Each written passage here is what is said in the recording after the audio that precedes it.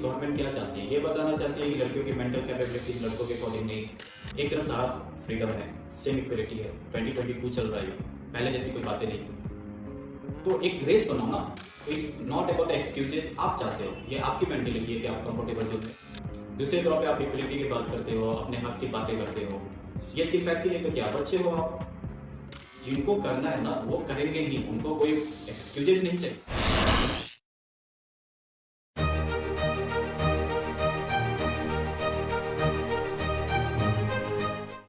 हाय, आप सबका स्वागत है फेयर और अनफेयर के थर्ड एपिसोड में। आज का, जैसे कि लास्ट वीडियो में मैंने बताया था कि आज का जो टॉपिक है वो है रिजर्वेशन और सुपर न्यूमररी सीट्स। तो इस पे बातें करेंगे डिस्कस में। आज भी हमारे देश में 72.5% रिजर्वेशन है एजुकेशन में, और राउंड बातें ऐसे भी मैं नहीं करूँगा, ये सो ही है फेयर और unfair talk show. So to the point पे बातें होंगी, बने रहिए मेरे साथ और अंत तक बातें करते हैं।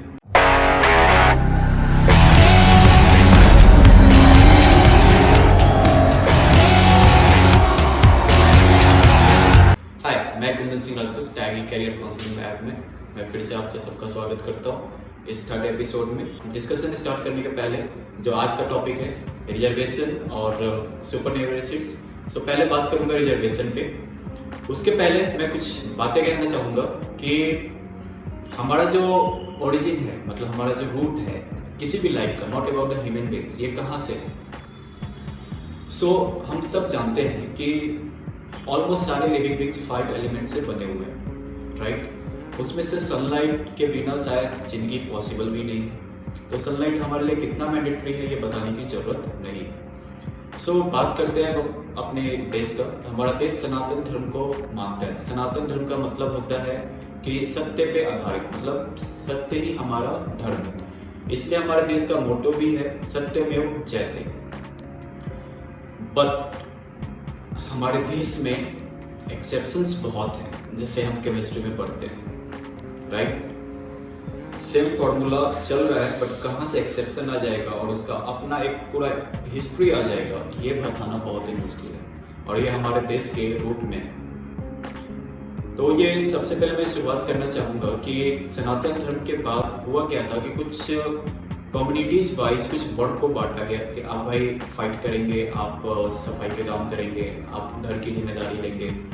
तो इस तरीके से जो भी लेडीज थे, जेंट्स थे, या फिर जेंट्स में भी अलग अलग या लेडीज में भी अलग अलग कम्युनिटी बना के चीज़ों को बांटा गया। फिर ये कम्युनिटी सोच के आधार पर बांटा गया था। फिर ये सोच कब जात का जगह ले लिया, ये बहुत बड़ा कॉन्स्पिरेसी। उसके बाद कास्टिज्म सिस्टम बन गया। कास्टिज्म सिस्टम के बाद फिर लोग सेपरेट हो गए, और एक वक्त आया जहाँ पे जनरल कैटेगरीज के लोग, जो स्मॉल कम्युनिटीज के लोग थे, लाइक शूद्र हो गए, वैश्य हो गए, इन लोगों पे ज़्यादा हावी हो गए, और इवन अनटचेबिलिटी जैसी चीज़ें हमारे देश में फैलने लगी। इसको लेकर भीमराव अम्बेडकर काफ़ी फाइट भी किए, और फाइनली कुछ लॉ बने हमारे देश में, जिसमें SC, ST, OBC जैसी चीज़ों को सेपरेट, मतलब एक स्थान दिया गया, और उस स्थान में कुछ जातियों को जगह दिया गया। तो सबसे पहले बात यह है कि ठीक है, एक वक्त तक ये चीज़ें हो रही थी, लेकिन आज हम 2022 में हैं, और 22 में ऐसी चीज़ें होना, क्या ये दिखाता नहीं है कि आज भी हम बहुत पीछे हैं? क्या ये चीज़ें जैसे जेंडर या कास्टिंग आज बस पॉलिटिकल वोट के लिए नहीं रह गई, या बिजनेस पर्पज से नहीं रह गई? हम सब का लाइफ एक लिमिटेशन है, और जिंदगी की एक सच्चाई है, जिंदगी है तो मौत है, राइट। तो जो सब कोई वैसे ही जन्म लेता है, सब कोई वैसे ही मरता है, तो इस बीच में इतना सिस्टम क्यों? और स्पेशली एजुकेशन इंडस्ट्री में क्यों? एजुकेशन जब शुरू होता है तो क्या एजुकेशन ये बताता है कि आप अलग हो, मैं अलग हूं, ये वो कास्ट है, आप दूसरे जेंडर को? मैं स्कूल की बात करता हूँ, कॉलेज तक आते आते बहुत सारी चीजें चेंजेस हो जाती है। स्कूल में हमें कभी ऐसी बातों पे जोर नहीं दिया जाता, बस यही सिखाया जाता है कि वसुधैव कुटुंबकम। वसुधैव कुटुंबकम का मतलब है कि पूरा विश्व ही हमारा परिवार है, और ये हमारे देश का मोटो है, स्लोगन। इसका मतलब है कि पूरा विश्व ही परिवार है, तो इसमें सिर्फ इंसान नहीं है, पशु, पक्षी, पेड़, पौधे सभी एक परिवार है, और किसी एक के बिना ये लाइफ साइकिल नहीं चल सकती, सभी का इंपॉर्टेंस है। जब जब डिस्टर्बेंस हुआ है, इसके कारण क्या रिजल्ट आया है बताने की जरूरत नहीं है। उसी तरीके से जब ये रूट है हमारी मतलब अस्तित्व का, ह्यूमन बींग्स का या लिविंग बींग्स का, तो इसके बीच में इतनी सारी बीमारियां क्यों, इतनी सारी पॉइजन क्यों?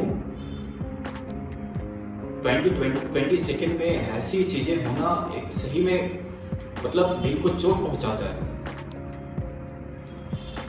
तो सबसे पहले आप मैं माइंड मेंटलिटी की बातें कर रहा हूँ कि आप पहले जान लो कि आपका अस्तित्व क्या है, एग्जिस्टेंस कैसे है आपका।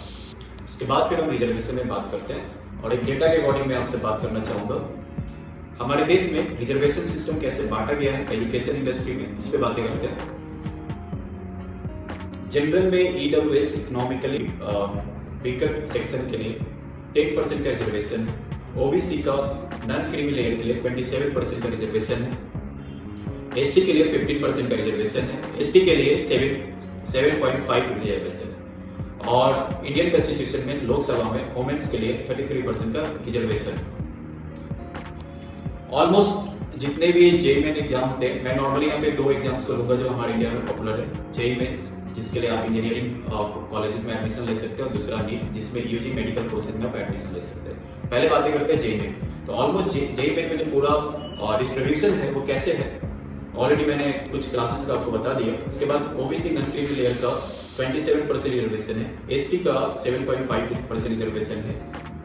एससी का 15% रिजर्वेशन है। पीडब्ल्यूडी जिसको 1 डिसेबिलिटी है उसको 3% का रिजर्वेशन मिला हुआ है। जिसको मोर देन 1 डिसेबिलिटीज है उसको 5% का रिजर्वेशन मिला हुआ है। और साथ में 5% रिजर्वेशन वुमेन का है, जो कि नॉर्मली इंजीनियरिंग में अगर जेईई एडवांस की बात छोड़ दो तो जेईई मेन तक सारी इंजीनियरिंग कॉलेजेस में ऑलमोस्ट इंटायर एजुकेशन सिस्टम में इतना रिजर्वेशन दिया गया है। और ये सारे रिजर्वेशन को आप टोटल करोगे तो 72.5% रिजर्वेशन आता है। जी राइट, 72.5% रिजर्वेशन। इमेजिन कर सकते हो किस वक्त में जी रहे हैं और क्यों हमारा देश आज भी इतना पीछे है। कभी सोने की चिड़िया कहलाने वाली ये देश जो सबसे स्ट्रॉन्ग थी, कहीं ना कहीं हम झूठ नहीं बोलते कि हमारा देश सबसे महान है। ऐसे महान है जो देश ये बोलता है कि हमारे देश में इक्वलिटी है, राइट टू फ्रीडम है, फंडामेंटल राइट्स है, एजुकेशन हमें इक्वलिटी के बारे में बताता है। इवन भगवान का जो इमेज है वो भी हमारे घर में या हमारे स्कूल में बहुत अच्छे से सिखाया गया है। बट कितने लोग इस बातों पे अमल करते हैं? और इसमें ऑलरेडी मैंने वीडियोस बना चुका हूं कि कैसे हमारे थॉट्स इंटरचेंज होके नई थॉट्स को लेते हैं, फिर वो थॉट्स किसी कहीं ना कहीं जाकर पूरे चेन को कभी ना कभी किसी को डिस्टर्ब करता है। क्यों? मतलब सिंपल सा लॉजिक है यार, जिनकी है तो मौत है, फिर बीच में इतनी तमाशे क्यों? उसके बाद ये जो एजुकेशन सिस्टम है, एजुकेशन सिस्टम तो कम से कम ट्रांसपेरेंट रहना चाहिए और एक लाइन से सबका रेस होना चाहिए। चलो मैं एससी एसटी की बात करता हूँ। थोड़ा सा पहले वुमेन्स का मैं बात कर लेता हूँ क्योंकि सारे कैटेगरीज को मिलाकर इनका 5% रिजर्वेशन अलग चलता है, बाकी वो मिक्सअप है। और कॉन्स्टिट्यूशन में कहीं कहीं जगह पे ये बातें लिखी गई है कि वुमेन और चिल्ड्रन के लिए स्पेशल रिजर्वेशन स्टेट भी दे सकता है, स्टेट का अपना लॉ चलेगा और सेंट्रल गवर्नमेंट का अपना लॉ चलेगा। तो सबसे पहले एक और बात यहाँ पे बहुत मजेदार है कि हमारा देश जो है ना 29 राज्य नहीं 29 देशों में बंटा हुआ, 29 कम्युनिटी में बंटा हुआ है। तो कहीं ना कहीं ये आज भी गवर्नमेंट ये दिखाना नहीं चाह रही है कि आप जो लड़की हैं उनका मेंटल कैपेबिलिटीज लड़कों से कम है, या एससी एसटी ओबीसी ये लोग जो हैं इनका भी मेंटल कैपेबिलिटी जो है वो जनरल से कम है। क्योंकि फाइनेंशियल वाइज चीजें, ठीक है, ईडब्ल्यूएस का सेक्शन बना हुआ जो आपने जनरल के लिए बना दिया बाद में, अच्छी बात है, ये मन रखने के लिए आपने बना दिया। बट चीजें ये है, या तो एजुकेशन को पूरे सिस्टम के लिए फ्री कर दो और नहीं तो हर जगह से ये एक्सेप्शनल केसेस कहां तक से। उसके बाद हमारे एजुकेशन सिस्टम में एक और है कि नॉर्मली हमारे देश में 2 टाइप के रिजर्वेशन मोड आते हैं, एक सेंट्रल रिजर्वेशन और एक आता है आपका स्टेट रिजर्वेशन। जैसे कि इंजीनियरिंग की बात की जाए, नॉर्मली जेईई मेंस के अंदर जितने भी इंस्टीट्यूट्स कवर होते हैं like NITs, triple ITs, CFTI, central funded technical institution, government funded technical institutions, इसमें 50% रिजर्वेशन सेंट्रल का है, 50% रिजर्वेशन स्टेट का है। सो मैंने ये क्यों बोला कि हमारा देश 29 राज्य नहीं 29 देश में बटा हुआ है, ये इस बात को प्रूव करता है। और तो और हमारे देश में उस खुद सिस्टम में भी रिजर्वेशन है, राइट। केंद्रीय विद्यालय हमारे देश का one of the top schools, जिसमें मोर देन 1,75,000 बच्चे पढ़ते हैं और हर माँ बाप का इच्छा होता है कि मेरा बच्चा केंद्रीय विद्यालय में पढ़े। वहां पे भी 75% रिजर्वेशन। मैं एक एग्जाम्पल से समझाने की कोशिश करता हूँ, डेटा मैंने लिया है। और इसमें एक और चीज है, हर सांसद के पास 10 सीट्स हैं, मतलब पैरवी वाले सीट्स। अगर आपको केंद्रीय विद्यालय में एडमिशन चाहिए तो आप सांसद से, अपने जो रीजनल जो सांसद है उनके पैरवी से आप केंद्रीय विद्यालय में एडमिशन ले सकते हो। कहीं ना कहीं इसके पीछे क्या सीन है वो बताने की जरूरत नहीं है। एज फॉर एग्जाम्पल मान लेते हैं कि टोटल सीट्स 40 है, तो उसमें से 36 केंद्रीय विद्यालय के रिजर्व और 10 सीट्स पे ही आप एडमिशन के लिए एलिजिबल। नीट यूजी की बातें करते हैं। नीट यूजी में already SC, ST, OBC, EWS के अकॉर्डिंग सीट्स रिजर्व है और वोमेन के लिए नहीं है। बट यहाँ पे भी एक चीजें ध्यान देने की जरूरत है कि कुछ ऐसे मेडिकल कॉलेजेस हैं जो कि ऑलमोस्ट सिर्फ लेडीज के मेडिकल कॉलेजेस, और ऐसे कॉलेजेस ऑलमोस्ट इंडिया में शायद अराउंड 10 to 11 हैं। मतलब जहाँ पे सिर्फ लेडीज ही या मतलब फीमेल कैंडिडेट ही एडमिशन ले सकती है। तो ऑटोमेटिकली कुछ सीट्स ऐसे हैं हमारे देश में जिसपे फीमेल ही अप्लाई कर सकती है। तो एक तरफ जहाँ पे जेईमेन है उसमें रिजर्वेशन हो गया 5%, और जहाँ रिजर्वेशन नहीं है वहाँ पे स्पेशल कॉलेज हो गया। तो बात घुमा फिरा के सेम हो गया। अब ये कितना फेयर है अनफेयर है ये आप खुद बताओ। बॉयज के लिए क्यों नहीं कोई स्पेशल MBBS कॉलेज जिसमें सिर्फ बॉयज ही एडमिशन ले सके, इसको बराबर कर दो। नाउ लास्ट सुपर न्यूमरी सीट्स की बातें करते हैं। सुपर न्यूमरी सीट्स क्या है? ये एक्स्ट्रा एडिशनल सीट्स है। सबसे पहले आप इसको समझ लो, कोई भी चीज रूप से समझना काफी जरूरी है। ऐसा नहीं है कि मैं सीधे ब्लेम कर रहा हूँ। सुपर न्यूमरी सीट्स का मतलब होता है एक्स्ट्रा एडिशनल सीट्स, मतलब जो प्रेजेंट सीट्स है उसमें कुछ डिस्टर्बेंस नहीं होगा, एक्स्ट्रा सीट लाया जाएगा, उसको बोलते हैं सुपर न्यूमरी सीट्स। तो आईटी में इसमें क्या है, जेईमेन का तो मैंने स्टोरी बता दिया। आईटी में क्या होगा कि 20% सीट्स फीमेल कैंडिडेट्स के लिए सुपर न्यूमरी के तौर पे ऐड किया गया है। मतलब हर आईटीज को यह बोला गया है कि आप 20% सीट्स एडिशनल ऐड करेंगे। जो female candidate JEE advance qualify करेंगे वो इस 20% एडिशनल सीट्स पे एडमिशन ले सकती है। और इसके पीछे का रीजन बताया गया है कि आईटीज में फीमेल कैंडिडेट्स उतना नहीं है, तो इस रेशियो को बराबर करने के लिए इस कंसेप्ट को लाया गया है। पर मेरा यहाँ पे क्वेश्चन है कि ऐसा क्यों? आज इस वक्त पे अगर हम बातें करें तो एक तरफ दौरी जैसी चीजों को पाप माना जाता है, मतलब दहेज प्रथा पाप है, ये गलत है। दूसरी तरफ ये बोला जाता है कि जो लड़कियों को इतनी फ्रीडम नहीं होती है, लड़कों को बहुत सारा फ्रीडम होता है। मेरा सिंपल सा क्वेश्चन है कि इसके फ्रीडम और फ्रीडम होना ना होना ये डिसाइड कौन कर रहा है? सोसाइटी या पेरेंट्स? और ये पेरेंट्स कौन होते हैं?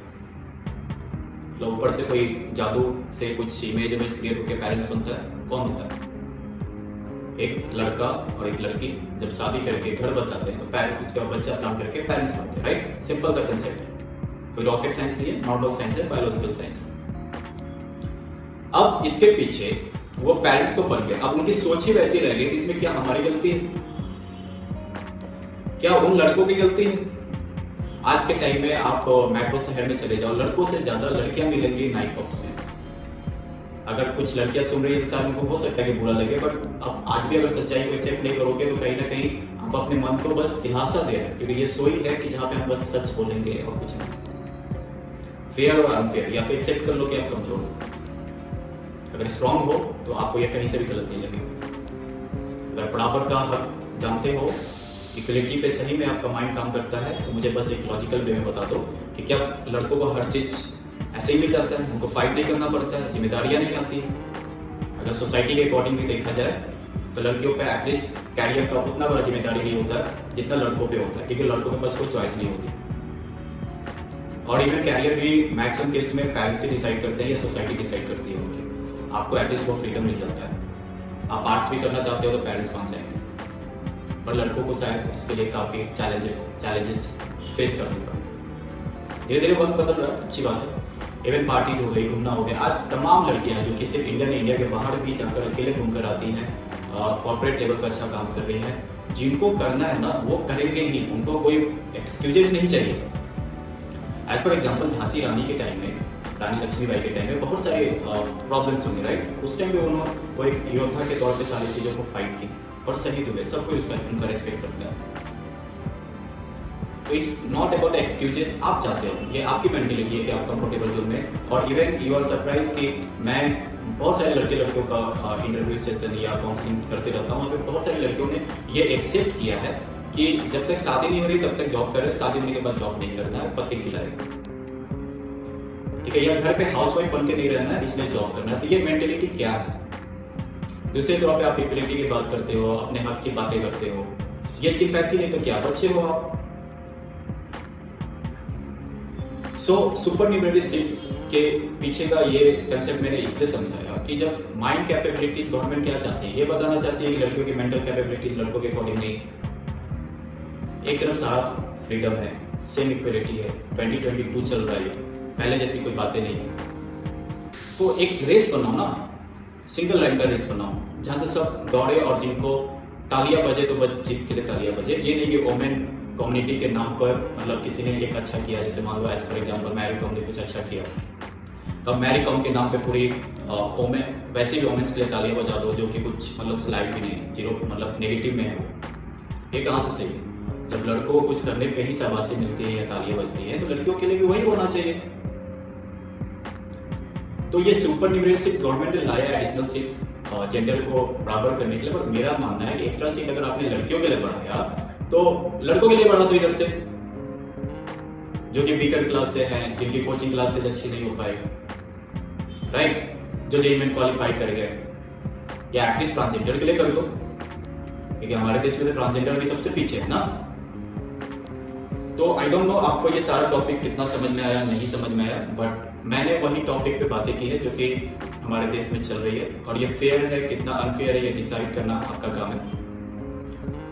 So how much is fair और अनफेयर कमेंट्स बॉक्स में जरूर बताइएगा, अपनी सजेशन दीजिएगा। वीडियो पसंद है तो लाइक शेयर जरूर कीजिएगा। The entire tag project is by students for students, we are the voice of students.